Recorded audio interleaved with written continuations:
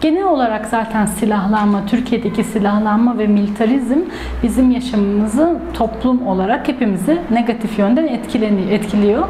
Bunlar arasında çocuklar ve kadınlar çok daha yaygın bir şekilde var. Çünkü silahı tutanlar erkekler.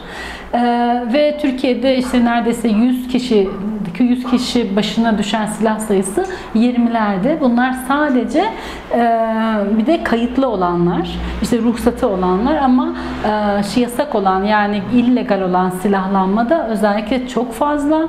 Türkiye'de 20 milyonun üstünde silah olduğu söyleniyor. Yani kaçak silah.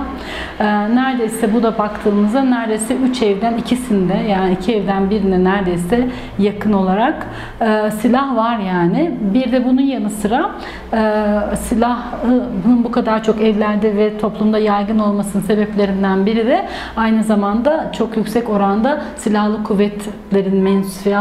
kuvvet mensuplarını ve polislerin de aynı şekilde evlerinde silah bulundurmalarından dolayı bu direkt biz kadınların hayatını, tüm toplumun hayatını tehlikeye atıyor.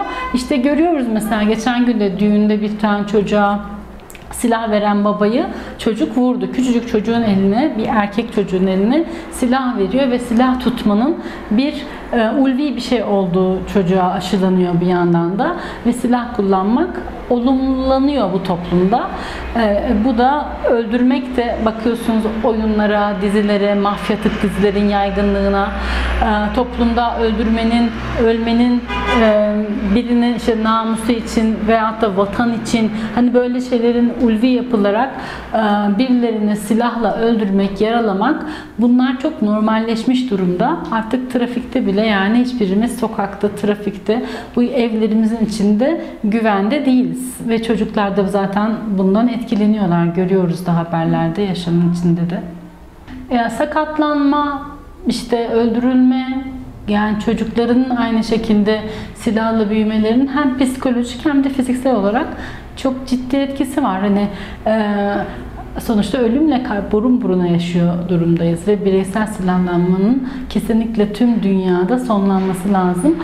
Bu dünyanın da aslında meselesi. Çünkü mesela biliyorsunuz Clinton bununla ilgili çok da çalıştı Amerika'da. Bireysel silahlanma dünyada çok liderler tarafından istenen bir şey de değil.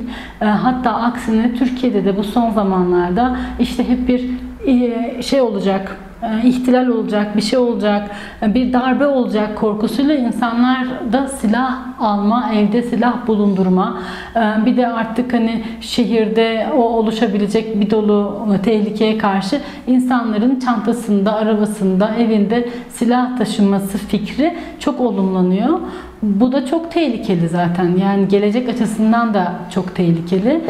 Silahlar genelde erkeklerde. Kadınlar zaten bu bir de mesela Türkiye genelinde yaygınlaşan bir poligonlar açılıyor. Van'da da açıldı.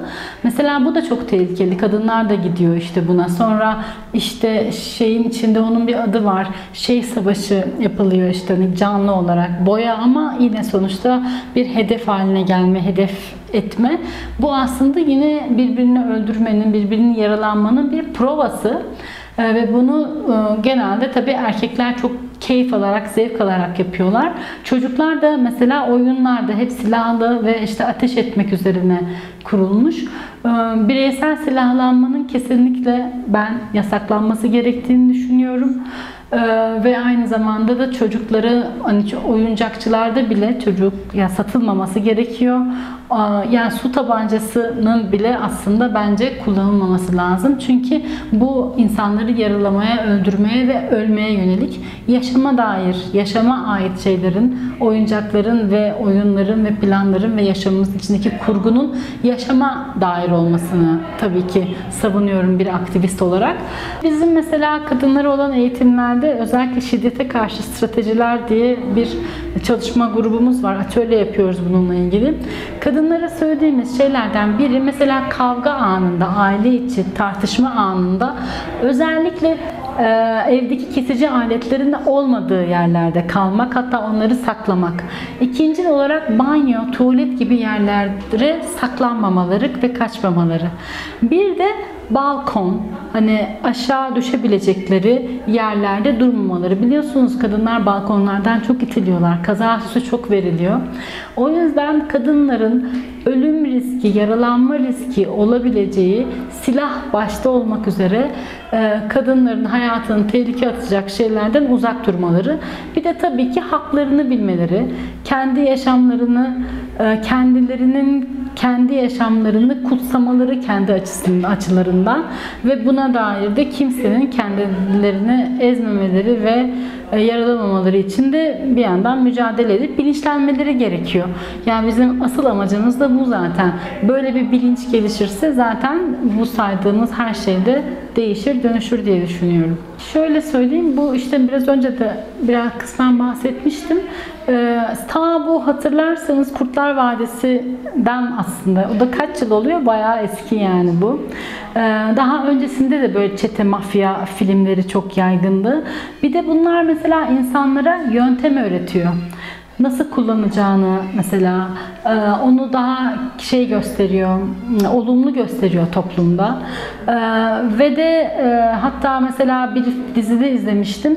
Kadını gölün ortasına, böyle bir göletin ortasına götürüyor ve kadına bir soru soruyor ve sonra silah çıkarıp kadını tehdit ediyor mesela. Hani yalnız, çok yalnızlaştırılmış bir şekilde.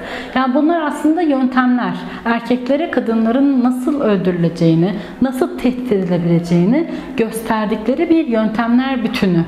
Bir yandan da aynı zamanda bir toplum içinde dengeler. Mafya mesela şu anda Türkiye'de işte küçük mahallelerden tutun da büyük yerlere kadar bir dolu alanda mafya bir şekilde adaleti sağlayan, adaletin öncüsü diyeyim tırnak içerisinde bir grup haline geldi. Çünkü hukuk devleti olmayan yerde bunlar çok yaygınlaşır. Hukuk olmadığı yerde insanlar kendileri cezalarını kendileri verebilirler. Bir insan Van'da, yabancı bir insan, Van'ı hiç tanımayan bir insan 20 dakika içerisinde uyuşturucu bulabiliyormuş. Bağlantılı olarak silah da aynı şekilde. Çok yaygın, çok çabuk bulunabiliyor, erişilebilirliği çok yüksek. Bunlar hepsi birbirine bağlantılı. Ve bu sistem bunu besliyor. Toplum aslında çok da silahtan, şiddetten, uyuşturucudan arındırılmak istenmiyor. İstenseydi ona dair ciddi politikalar üretilirdi. Ama maalesef bunun hiçbir biz göremiyoruz işte haberlerde mesela buna dair olumlu haberler görmüyoruz. Ayrıyeten silahla yakalanan bir insanın tutuklandığını, hatta silahla bir insanın yaralayan kişilerin tutuklandığını, yargılandığını görmüyoruz. İşte sürekli aflarda bunların bir uzantısı. Dolayısıyla hepsi çok iç içe geçmiş şeyler ve ben bu gençlerin gelecekteki hali için çok umutsuzum. Çünkü toplum böyle bir şeye evriliyor. İyilik, güzelliğin olduğu, barış ortamının olduğu, insanlara güzel duyguların aşılandığı filmlerden çok bu tarz filmlerde tercih ediliyor maalesef. O tercihe dayalı olarak toplum da bunu istiyor çünkü. Çünkü çok normal ve çok güzel olarak görülüyor. Bunlar hepsi birbiriyle bağlantılı. Militarizm de bununla çok bağlantılı. Yani bizim aslında bu ülke ciddi bir şekilde savaştan besleniyor. Dünya güçleri savaştan besleniyor. Özellikle Orta Doğu'daki savaştan bütün dünya neredeyse besleniyor ve bundan ülkeler bitmesini de istemiyorlar ki henüz barış ortamı herkes istediği halde sağlanmıyor maalesef. Demek ki silah tüccarları, uyuşturucu tüccarları bize karşı daha güçlü. Bu sonucu çıkarıyorum sonuçta.